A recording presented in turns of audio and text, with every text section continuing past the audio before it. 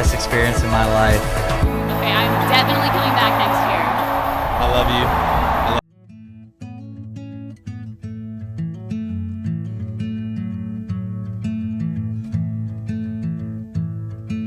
She was a good companion, eyes like the Grand Canyon. She was an American beauty.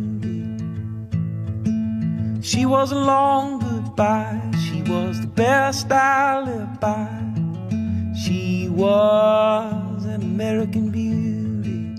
Casey Reid, how are you? Look at you, Casey. Great to see you. Good to see you too. Festival director for one of the most special festivals in the country. Super excited to cover it this year, Casey. And I have to tell you, you have such an incredible career in the event production industry that I definitely want to get to that as well. But welcome to the show. Well, thank you. Thank you for having me. Absolutely, absolutely, Casey. And let's start with this. Bear Shadow Music Festival, a sister to the Highlands Food and Wine Festival as well. I think last year was the first year of this festival, right? Yes, Bear Shadow, our very first year was in April of 2021, right when things were starting to improve somewhat with COVID and live shows were coming back. But to my knowledge, I think we were the first music festival, albeit boutique music festival, to happen in 2021. Yeah, and how do you look back on it? Because, it seems like it was a massive success. You guys were kind of like reopening the door. How do you look back on that first edition, Casey? It was an incredibly challenging time. I mean, I think for all of us in the industry, after coming off a year where all of our, clients and festivals canceled, Bear Shadow really provided a lot of hope for all of us. However, it wasn't without challenges. We had to jump through a ton of hoops, including 2 venue changes to allow us to have the acreage to put everyone in pods to keep everyone safe. Right.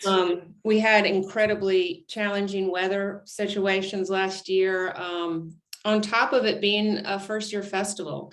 But I think when everything came together and the lights went up and the artist came on stage, all of whom this was their first time performing in over a year, 18 months. So the emotions were there. Everyone felt like it was a really kind of inspirational moment, and folks got really emotional. So it was really special. And I think that feeling lingers for this year. And we're so excited that we can come back with this sort of lineup, without all of the challenges. I know there will be challenges, but not as many as we had in year one. Absolutely, Casey. And it's funny you mentioned the talent. Our friends here in Nashville, Michael and Tanya Porter of the Warren Treaty, they remember vividly this festival. They had such a great experience. And they're the ones that, absolutely. And everyone seems to have it left a mark in them, basically, is what I'm saying. Good. Why do you think for artists the experience was so unforgettable? You think it was just because it was the first one, but they seem to talk about it? Oh, well, I mean, that's so flattering. And I'm so glad that you heard good things.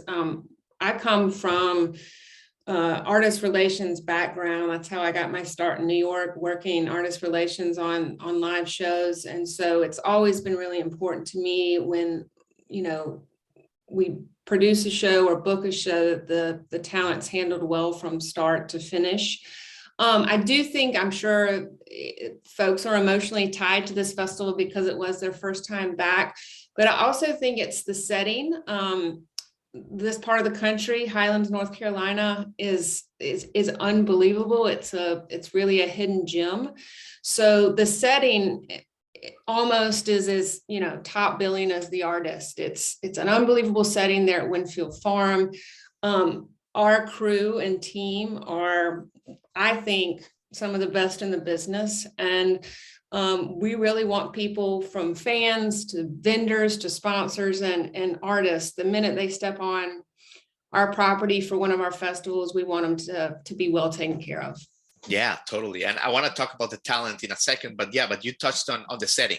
I mean, hidden gem. You said it perfectly, Casey. I mean, it's like right at the southern point of the Blue Ridge, basically mountains. Just like tell people in the South, in Tennessee, Florida, that want to experience some music, like why this is such a beautiful place to watch a festival and to spend a weekend, because it just sounds and looks absolutely beautiful. Yes, the plateau, the Highlands Cashers Plateau is really special. It's right there in the Appalachian Mountains, like you said. It's a special part of Western North Carolina. So it's while it's, it's a curvy mountain drive, it's 2 hours from a lot of destinations. Like, it's a big playground for Atlanta, Greenville, Asheville, but we have folks coming in from all over the country for this festival in Highlands Food and Wine. You're at 4,118 feet. So it's definitely many degrees cooler than sea level. It's also one of the most biodiverse areas in the country, this little pocket. So the flora and the fauna and the environment are very important. That's why part of Bear Shadow's mission is to weave the message of environmental conservation through our marketing and our partners. Yeah, I love that, Casey. And let's talk about the talent here for a second, because you have something for every taste. You have several friends of our show, like Canadian pop hit makers, Wild Rivers. You got 49 Winchester, which, I mean, they're going to be a household name like shortly, because they are so good live. And of course, the headliners, Trampled by Turtles, you have Lucas Nelson and The Promise of the Real, among many more acts and more to come. Which one are you looking forward to the most, Casey? I know that it covers all the bases for us. It does. I tell you, so many people have asked us, like, okay, if we can't come to all 3 days, which day would you pick? And it's hard for me to say because, day one with Band of Horses and Curtis Harding and Susto, I mean, unreal way to start the weekend. Lucas Nelson has been a favorite of mine for years and years. And then, Trampled by Turtles, of course. Bluegrass is so big. Bluegrass and jam grass is so big in this area, but those guys are fantastic and got Jamestown Revival's back. Their day got rained out last year and they were kind enough to come back this year. They're also going to be doing a special thing that we're doing called Hike and Mike, where they're going to do an acoustic performance after a hike. So wonderful. I can't pick a favorite. It's like picking your favorite child. No, it's phenomenal. And I'm so happy that you mentioned that experience, that the hike experience, because part of the festival, it's super cool. Like you guys are going to have next level food. Like, obviously, like, for my audio audience that may not see you, Casey, you have such elegance and such class and your pedigree. It's all going to be first class. The wine, the food, there's going to be hikes. There's going to be all sorts of like interesting stuff. It's almost like a mini retreat, isn't it? It is. We're trying to not only have a great music main stage, but build in those layers so you can kind of design your weekend experience around it. I mean, Highlands is definitely a destination. So we want people to feel like they can get as involved as they want. We always want to, again, weave those messages in of outdoor lifestyle, environmental conservation. So we are adding daytime events like the Hike and Mike, which are guided hikes with experts from the Highlands Cashers Land Trust on two of the numerous hikes that are in Highlands. And then it culminates with an acoustic performance by Friday's going to be with Wild Rivers. Saturday's going to be with Jamestown Revival.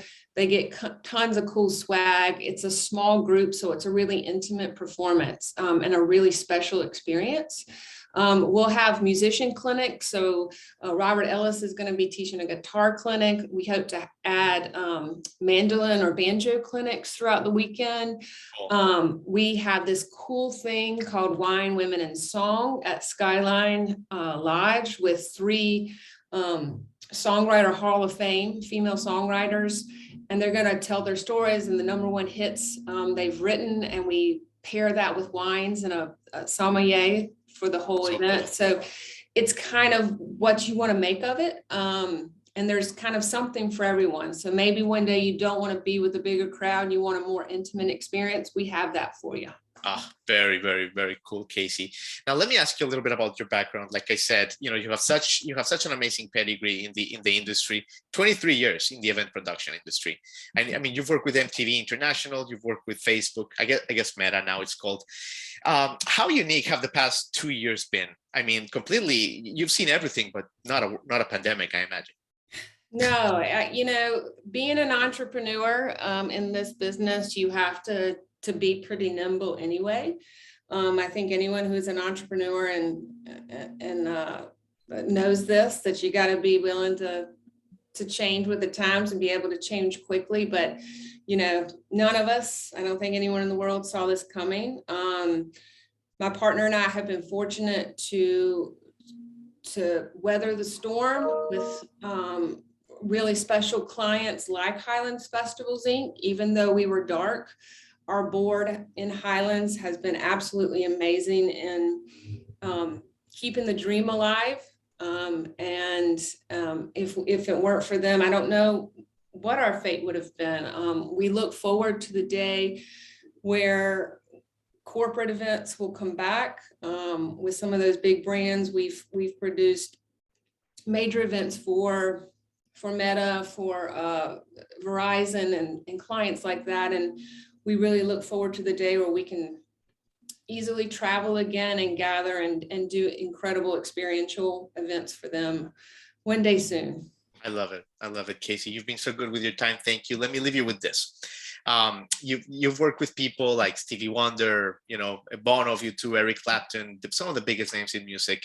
When you look back, and you look back at the stuff that you've accomplished, what is one thing that you're saying that you say, man, that was really cool, that sticks up when you look at your background there?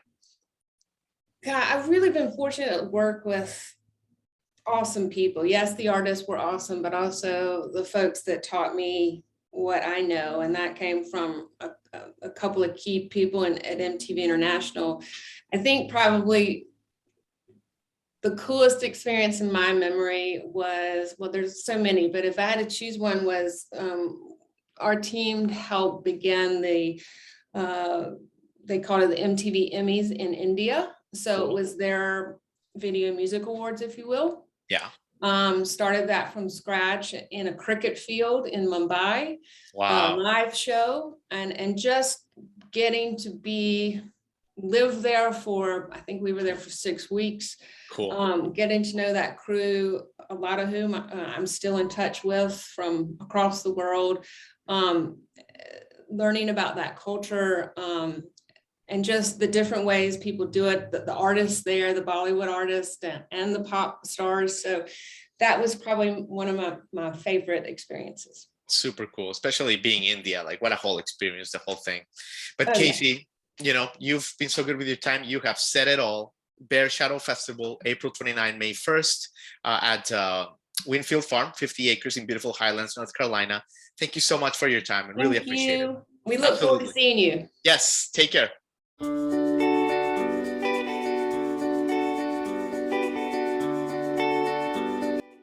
Hi. Look at you. How are you doing? I'm doing well. How are you, Jamie? I'm doing great. Thank you I'm so sorry, much. is it Jamie or is it Jaime? Jamie. It is, okay. It's Jamie. Okay, Yeah. sorry. Yeah, you're good, Marie. And obviously marketing manager for one of the most exciting festivals in America, Hangout Music Fest. Thank you so much for joining us. Thanks for having me. Absolutely. Where are you coming to us from, Marie? I'm based in New Orleans. This is where I live. I've lived here since I was a little girl. Nice. And I work at Winter Circle Productions. We're one of the producing partners on Hangout Music Fest. Yeah, totally. Such a fascinating city, New Orleans. That's cool that you're there. And Marie, and you have such an interesting background. And I do want to ask you a bit about that. But let me first start with this. Okay. Is 2022 the year, Marie, that music finally, truly gets back to doing like what we do best? People hanging out, drinking beer, listening to good music, being with friends and family. Is this the year? I sure hope so. I mean, it definitely feels that way. I think we all want it. I mean, we want it as bad as the fans want it. I think it's just been such a hard couple years for everybody on both sides of this. And I think right now all signs are pointing towards yes. And I'm just really excited that we're finally getting so close to doing this show. You know, we have a massive lineup, and I'm just ready to be back on the beach and do something that feels a little bit normal. And, you know, we've Totally. seen other festivals play off over the last few months. So, you know, I'm super optimistic. I think everybody should be, you know, all signs are pointing towards full speed ahead. And that's how we're going to continue promoting the show and encouraging people to come back to hang out and remember like what a great festival it is. Absolutely. Absolutely, Marie. And I have to tell you, you know, we've been covering music festivals and doing this thing for like 16 years now, basically. Yeah. And the Hangout Music Festival, it just has so many magical elements. Like, and we are really like, we're thrilled to be covering it this year. But the first thing is word of mouth. Like our musical friends here in Nashville, they rave about it. Like, I'll give you an example. The guys from Moon Taxi, like I think they said that it was like their favorite festival, like ever. Yeah. Like it's always like that. Why do you think, Marie, that like so many let's start with the musical artists. Why do you think that they can't wait to come back and play this festival? I mean, I think it's just really the setting. You can't go wrong. If you're a beach person, you love the beach in any capacity, it's the perfect setting for a festival. And then we just really do a really incredible job. Like, shout out to the production team for really making the experience for artists who come to the show. I've heard that from so many different bands and artists over the years, that the experience that they feel when they come to hang out is unmatched like anywhere else. You know, we create a whole like artist backstage area that's really well produced, great food, a private beach. And so I think it's just, you know, there's not many other festivals where their backstage area includes a private beach. Right. And, you know, and for people who don't get to go in that backstage area, I think our fans who experience VIP or super VIP, they kind of get a taste of what that experience is. Like, it's definitely no attention to details left spared. I mean, from the furniture, the style, and like I'm kind of a nerd when it comes to event production, and the devil is in the details. Yeah. I remember the first time I went backstage in like the artist beach area, and I realized that they had plotted this backstage area out so perfectly that unless you wanted your feet to be in the sand, there was like turf down and everything. So it's just like those small details, I think, just really make a difference, showing that we care and that we want the artists and the fans who come down here to have a really good time. Absolutely. And speaking of the fans, you know, we mentioned like the great backstage area for the artists, but the fans as well. I mean, you have like a roller disco, right? Like you have a Corona Beach. I mean, Ferris wheel, wedding chapel, like it's like a whole thing, right? It's like a whole thing. So, you know, fans who are new to the show are always, you know, one of their first questions is always like, you know, can we access the beach? And there are different access points for fans in general admission areas to go to the beach. We'll have the beach clubs with Monster and Malibu. We might have a couple other ones as well. And then there is the roller rink. That's, I think, is such a fun little activation on site. And I feel like a lot of people have been roller skating over the pandemic. At least that's what I've seen. And so that's cool. And then, you know, we'll have the Ferris wheel back, that iconic moment. It's always a great time to, you know, grab a couple of your friends and just get that bird's eye view of the festival. Highly recommend trying to go for that golden hour view. Absolutely. Yeah. Amazing. Let's talk about the music for a second, Marie. I mean, there's something for everybody here. I mean, the lineup is just insane. I mean, talked about our friends at Moon Taxi, but you have Post Malone, Fall Out Boy, you have Leon Bridges, Halsey, Tame Impala, like Phoebe Bridgers, whatever you're into, like it's there. It's heavy. Who are you into, Marie? Like who are you excited to see? Who are you gonna go to the front and like see it? Like I'm super excited. I think my top list would actually read it out for you. My top list would probably be Tame Impala, Doja Cat, Megan Thee Stallion, Jack Harlow, Leon Bridges, Still Woozy, T-Pain, and I'm really excited for Fall Out Boy. Yeah. Oh my God. Yeah, you're right. You know, like I think, you know, there's a lot of big names on this lineup, and these are all performers who are going to bring the heat. I feel like you really can't go wrong. And even in like the middle parts of the lineup, there's some really good music, some up and coming stars. And for anyone wanting to dig into it, we have our official playlist is on Spotify, and there's a ton of music on there. So you can really, get to learn the lineup and be surprised. Like, I know when I listen to it, I'm always like, oh, I've heard this song on TikTok like a million times. And then, I kind of dig in a bit more and realize I know a lot more music than I think outside of those big name acts. Yeah. Oh yeah, I'm sure. I always like to see like the smaller names, because those are the ones that are going to be the big names in a couple of years. In a couple of years, exactly. Like I think, sometimes people just want to look at the top couple of lines, but if you go look back at lineup posters from 2-3 years ago, like you said, you'll see some names where you're like, whoa, I had no idea they were even like an act back then. And sometimes I know I've only seen Doja Cat once at a different festival like 3-4 years ago, and her set there was amazing. And like, look at her now, she was like one of like the biggest artists in the country. Totally. Yeah, totally, really Marie. excited to see glow ups for people and discover new acts, and then just totally. It's gonna be fun. It's really exciting. 100%. And something really beautiful about Hangout, and it's something that through the pandemic, it's really like everybody is really more about the community now. People are more about giving back, and people are not about like being to themselves anymore. And you guys, first of all, the shaka. Like let's start there, right? Because like the symbol of the festival, and for my audio audience, Marie just did the shaka thing. It's like it's a symbol of solidarity and friendship and kind of compassion and respect. What a beautiful thing. Yeah, for sure. It's like Hangout's meant to be a happy place. It's an extension of the infamous restaurant that is in Gulf Shores with the same name. And that's kind of, always been their mantra. It was like, this is a happy place. And I think, everyone who comes, it's just really about having a good time. And sometimes it feels like, for me, not being from that area, like when I go to Gulf Shores, it's like, it's a beach that is very like accessible and personable, and like isn't trying to be something crazy like Miami. There's something very nostalgic about it, and you can go with all your friends, you can bring your family. Beautiful. And that was one of the first things one of our partners told me on this is when we started working with them, was that Hangout's a happy place, and that's always stuck with me. Yeah, and part of the profits from the ticket sales also go to the Gulf Shore City Schools, right? Yeah, so that was a donation made by our partners over the pandemic.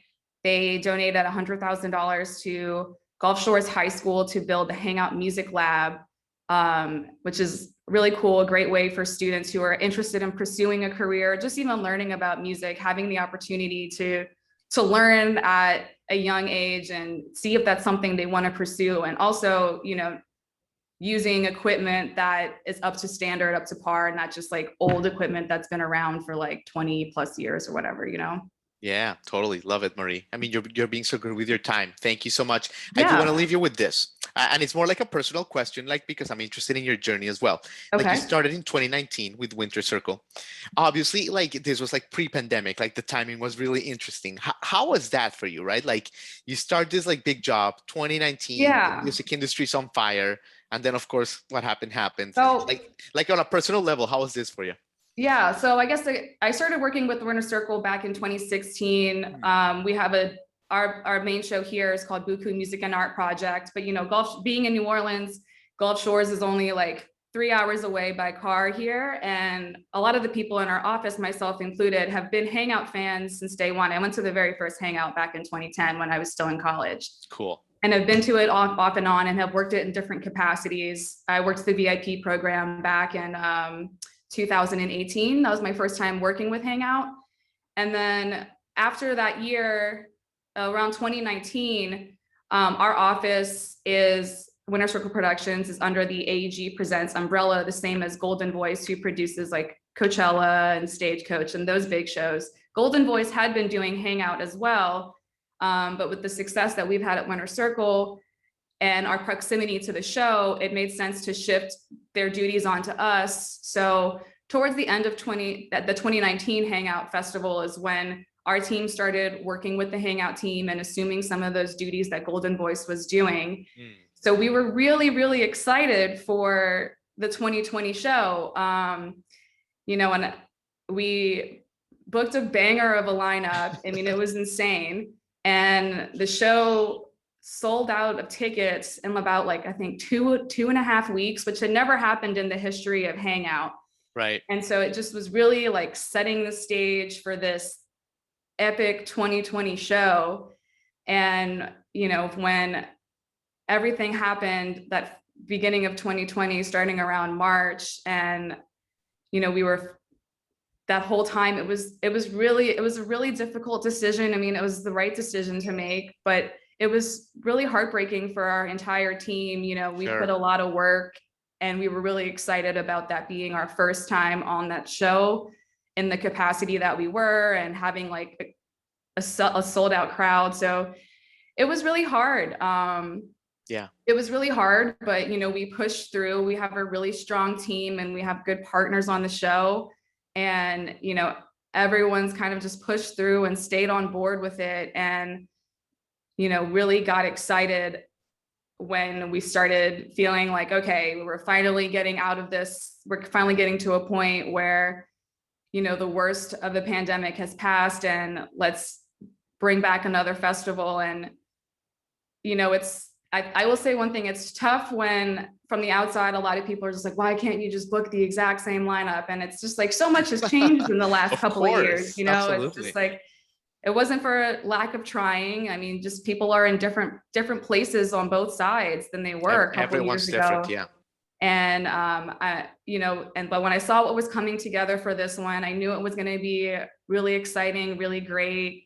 And I'm just really excited that, you know, it just feels different. It feels really good that we're gonna, you know, be doing this together again. Everyone can, you know, start packing their bags, booking their condos, making their plans, because we're excited to come back. We're excited to do this. And, you know, I think fans can expect a lot of the same things that they remember from the last time in 2019. And, you know, of course, there'll be some upgrades and some surprises on site, and don't want to like spoil too much of that in advance, but definitely people can expect, you know, the same experience that they really remember. Amazing. Amazing. Well, kudos to you, Marie, for just persevering and being here in, you know, 2022, ready to rock and roll. Like, that speaks volumes of you and your character. So we can't wait to be there. What an amazing festival. I can't wait to have you there too. Absolutely. And we you know, we hope everybody just comes and hangs, and because it's going to be an amazing party. So thank you so much, Marie. And like, we really appreciate your time. Thank you, Jamie. All right.